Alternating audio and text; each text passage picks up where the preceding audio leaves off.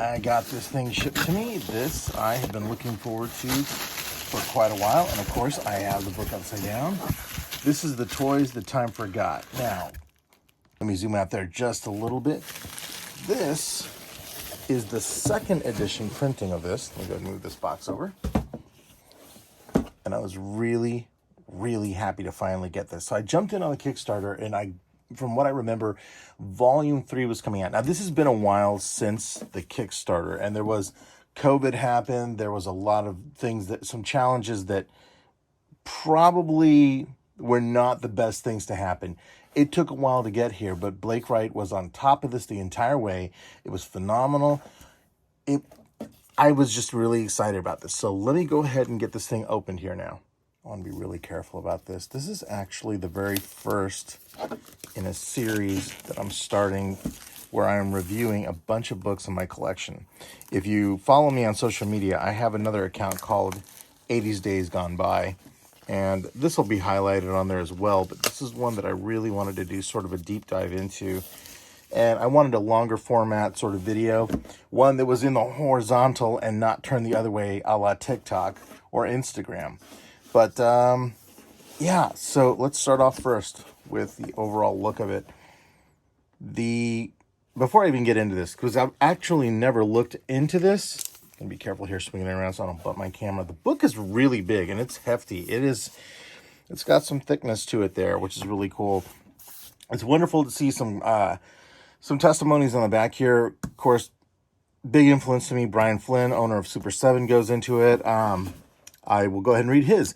There's a lot of people that know a lot about toys. There are a lot of people that know a lot of minutia about toys. There are a lot of people that know minutia about unreleased toys. Then there is Blake, a fountain of knowledge about toys and toy industry even the most ardent digger of arcane knowledge would not know. Toys That Time Forgot is one of the most amazing book series available about the inner workings of the toy industry, past and present, and all the lovely plastic skeletons hiding in the closets. That to me is amazing, right? That's just fantastic. So, let me go ahead and open this up here. Swing this over. I'll bring it back. So, getting in here. Just open it up to the first one. Oh, see, I'm so much happy. I'm so much happier that I decided to film like I used to film normally. You know, horizontally. So the table of contents: Golden Age, Darker Times, Gilded Age. So from what I understand, and I'm not going to read through the book. This is going to be something where you can get the book and do this. I'm simply showcasing this for review, so I'm not going to show the entire book. But it is really nice to see. The paper is phenomenal weight. Nice semi-gloss to glossy kind of coating on it. I like that. And then, oh my God, right off the bat, come on. Okay, so this is really, this is wonderful. This was a toy line for me that, my hands are actually shaking. You have to understand. In fact, let me show you something here really quickly. So here in my studio, this is my dark crystal collection, okay? Now, I'm going to open this so we don't have a glare on there. Now, it's got the collector's edition DVD in the back, the completed crystal, and all of the figures that were released as reaction figures from both the original line that was finally released based on the initial concepts, and then the ones from the new series, Age of Resistance. There's a sample card back in there and a few other things. The only ones that I don't have in here are the Gartham and the winged, and I'm forgetting her name now. I can't believe it. Like, I'm so freaked out that was actually in the book. Kira. The winged version of Kira that came together, which was, I believe, an SDCC exclusive. I did get the NYCC exclusive Landstalker, which was also available at Target. I have a spare part here because whenever I finally managed to get the Chamberlain, he came with that part. But I'm trying to remember exactly how this played out. I ended up with an extra piece somehow, and I don't remember how. And the only actual piece of the crystal I am missing is the shard that would have come with Jen. Now, the reason I say that is because Jen was packed. Those cards were really screwball. For any of you that have this collection, the card backs did not have good adherence. And this, I picked him up at Toys R Us, not knowing that the shard was supposed to be in the box with him. That is the only component I'm missing. I've only ever found one offered at a toy show one time, and the guy knew exactly what it was, and I kept looking at it. I'm like, no, I know what this is. He wanted $45 for it. I also found it listed online on eBay for $63, shipped from the UK, so that would have been an astronomical amount. I'm just figuring I'm happy with what I have here. I wish more figures had been made for Age of Resistance, but ever since Netflix canceled that show, that's where we're at. So let me get back to the book. Okay, so I hope you guys can understand the excitement in my voice, because The Dark Crystal was such an amazingly crazy movie for me growing up. It was the first real fantasy movie I saw in the States when I came back from living overseas in Europe. I had just gone through a whole bout of being into anime and stuff that was dubbed in Italian, and I've told that story a multitude of times. But this is really cool to see this presented this way. And right here is the original crystal. It's got to be the prototype. Oh my God, that is wild seeing that. All right, oh my God, that's amazing. Oh my God, man. I'm not even a few pages into the book, and this is exactly what I was hoping it was going to be. Oh my goodness. Okay, I'm going to do something here. I'm going to remove the dust jacket. I'm a stickler for that sort of thing. I don't want to mess up the dust jacket. I know it protects the book, but for me, that's really something important. And it'll slide around here on my wood grain table a little bit better. This is insane. So these are the actual photos, or, images of the photos of the prototypes. And then early hand-painted prototypes of Jen and Kira. Unpainted first shots of both characters appear on the opposite page. Right. This is going to be a joy to read this. This is amazing. Oh, and there's the card back. Oh my goodness. They're the pod people. This is so crazy. This also makes me so happy because now that is interesting. And I know I had seen a very low res version of this before. I wish this was almost turned sideways. I'd love to get a better view of that, but this is gorgeous. I don't know if it's showing up in the video. I tried filming this in 4K so that you guys could see the detail in this, but they did a fantastic job. All of these characters were recreated for the Dark Crystal line with the exception of the Happy Pod Peasant. And the Dark Crystal pieces are different. There's 1, 2, 3, 4, 5, 6. I think there's only 5. And then the sliver, the shard itself, and the base in the new release. The resculpts, the new ones, are very similar to the posing. Of course, with more detail and stuff. And the Chamberlain looks amazing. That's phenomenal. My God. Oh, the Gartham. Look at that. Look at that. That is just crazy. See, I don't really see a whole bunch of a difference between this and the one that was released for the modern line. Oh, the Landstalker. Okay, I'm jumping over. Oh, Agra. Oh my God. My goodness. So basically, okay, I'm just fawning over this and just staring at this. This is honestly the first time I'm looking at this. I didn't want to cheat and skip ahead like you see in reaction videos on YouTube. This is just... I'm seriously lightheadedly just excited. I was just checking right now. It's about 2 a.m. when I'm filming this.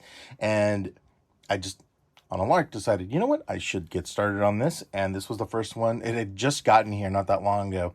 It's been sitting in its box waiting for me to kind of open up. And I was like, well, I'll go ahead and take a look at it now. And I'm glad I did. This is the kind of stuff I live for. This is some of the stuff I had wanted to feature on this site on my account for a long time here on YouTube. Just books that covered the history of art, the history of the creation of this sort of thing. This is phenomenal. These sketches, to see these in person, I don't think I could handle it. But just even seeing this here, knowing that's a vellum overlay, things like that is just... And then seeing the work. This is one of the reasons why, and I think there's a few people out there, like other channels like Pixel Dan's, Retro Blasting, Toy Galaxy. There are some out there that do a wonderful job talking about the brands, the lines, the history. Retroblasting really goes in depth on a level that I can't even begin to touch. But they showcase, elements of interviews and exposure to the people that work behind the scenes, and you get a small smattering of this. But it really takes a book, a publication like this, or even a series like, The Toys That Made Us, which starts to do it in a much more general popular way, which I really enjoy. But I'm not lying. I know that I had actually sent a message to Brian Volksweiss, and just as a fan, saying, I was asking all kinds of questions, and he was more than gracious, explaining, because there was this one scene in that episode. If you go watch the Transformers one, which is absolutely hands down my favorite episode in that series, and there's one at the end where there's a Transformer made that reforms into a either a beta or a VHS video cassette, and they used it in that sequence, so it's highlighted as it's being transformed. This is stunning. I will probably open this book up and pose some of these things in front of it, and oh my god. Okay, this is really cool. So I'm just going to start jumping through the rest of it. There is a lot here to unpack with this. This is insane. There's so much in here. Things I've never seen before. Wow. Okay. Something called the Fleas family? Crow? That's so crazy.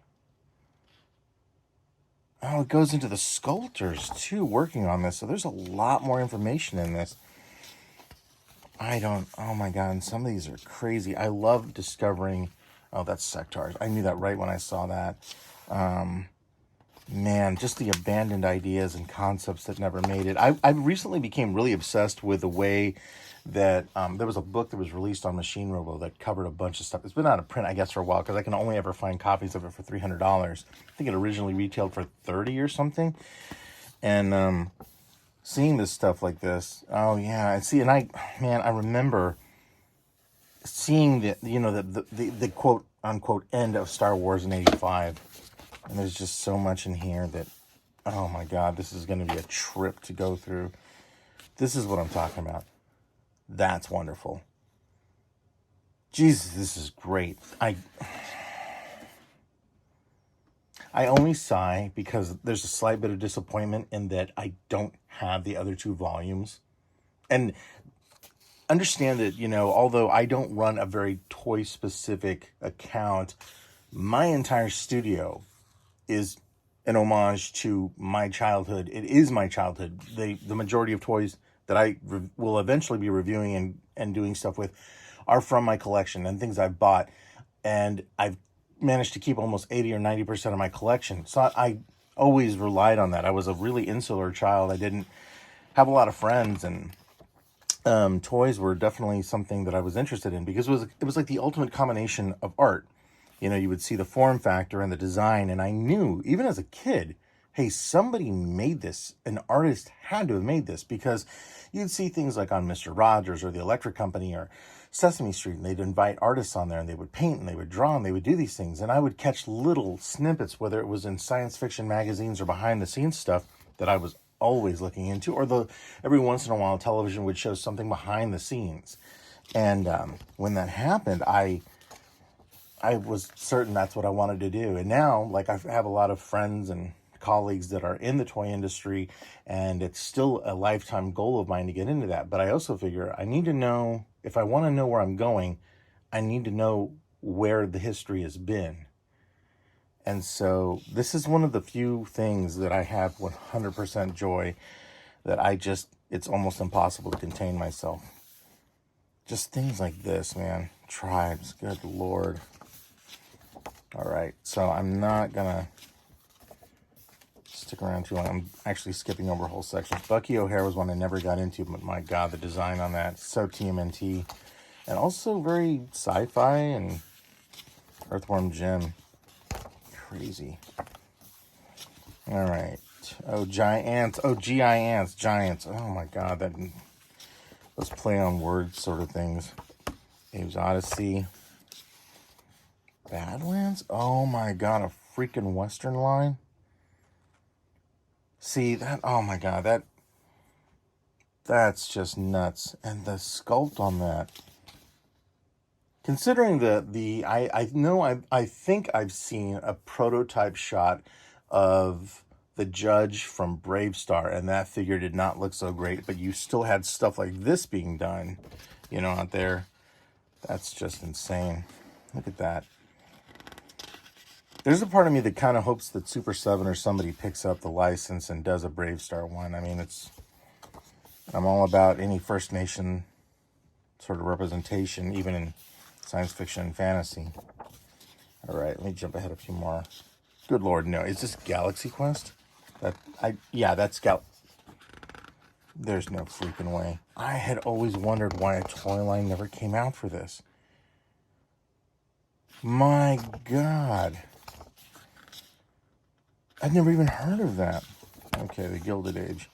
Osmosis Jones. I actually belong to a group, a wonderful group, run by a fellow named Jonathan, who is huge into Trendmasters stuff. And I think that's what this is. I'm pretty sure it was Trendmasters that did this. Yeah, it is, because I want to say that he owns, if not all of these, he has owned them at some point in time.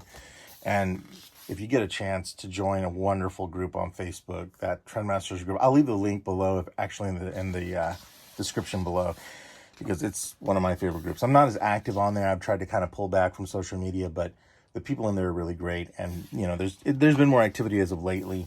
It's interesting because something like Trendmasters, so I'm going to tell you guys a story here while I flip through this. I had always liked it, and I had liked what they had put out. And I was familiar with their Independence Day line, their Godzilla line, the Mars Attacks line. But my first job out of college was doing illustration for a small charitable gaming company. So it's kind of like pull tabs and things. One of the artists there was an illustrator who had worked at Trendmasters, and he used to tell the craziest behind-the-scenes stories. And we had the opportunity we had to make a decision. We had two illustrators that were vying for another position there. One of them was another new kid like me, just out of school, and the other one was another fellow Trendmaster guy. And I remember he brought in his portfolio, and I saw things from the Ghostbusters line that I had no idea. I mean, how would I have? I was still learning more about what those early things look like. So maybe one of these books actually have some of those in there. And this has got to be the Palisade stuff, I think. Yep. That's insane. That is gorgeous. I think I'm actually speechless. It's almost like a kind of reverence. And I know I'm probably making it seem like that's overblown, but I'm not even joking. The photography is beautiful. This is just stunning. This is like my second sort of book that covers collections of things. Pixel Dan did the Master of the Universe book here recently. That was phenomenal as well, too. I got a chance to meet him at QuadCon and talk to him for a little bit and meet his younger brother, and he met my brother, and we got a photo together. Well, his brother wasn't in it. His brother actually took the photo, but I'm going to be putting that in the Pixel Dan book for Motu. And we talked about some things. I think we actually did talk about this series of books as well, too. This is just insane. I had no idea that Palisade was working with Nickelodeon on this stuff. Log. Oh my God. Soda Toys. I knew very little about some of these other ones. Micronauts Evolution. That is insane. So NECA 20. So maybe this is divided up into companies as well. This is stunning. I'd always wondered why there had never been a release of this. I have a lot of Johnny Depp action figures over here on one of the shelves. I have in multiple roles. Even a really weird one. I think it's... See, I haven't seen the movie. I actually can admit I've never seen the movie Platoon. My dad was a Vietnam vet, so there was a lot of films I just didn't watch that were war themed because, he had no real interest. He lived through the real thing. That was not always welcome in the household or going to talk about it. And, good Lord. Okay. So yeah, this is That's insane. Oh, and see, they even break it down for the people that are getting into it. Prototype, hard copy, first shot, paint master, 2-up, 1-1. That is phenomenal. Now, who are the people he's thanking in here? Let me see here. Do I recognize anyone here? Steve Sansweet. Let me see here. Steve Varner. I know I've heard that name. Roger Avery. Of course, I could be getting these mixed up with some other people. Tim Clark. Of course, Brian Flynn. That's just wild.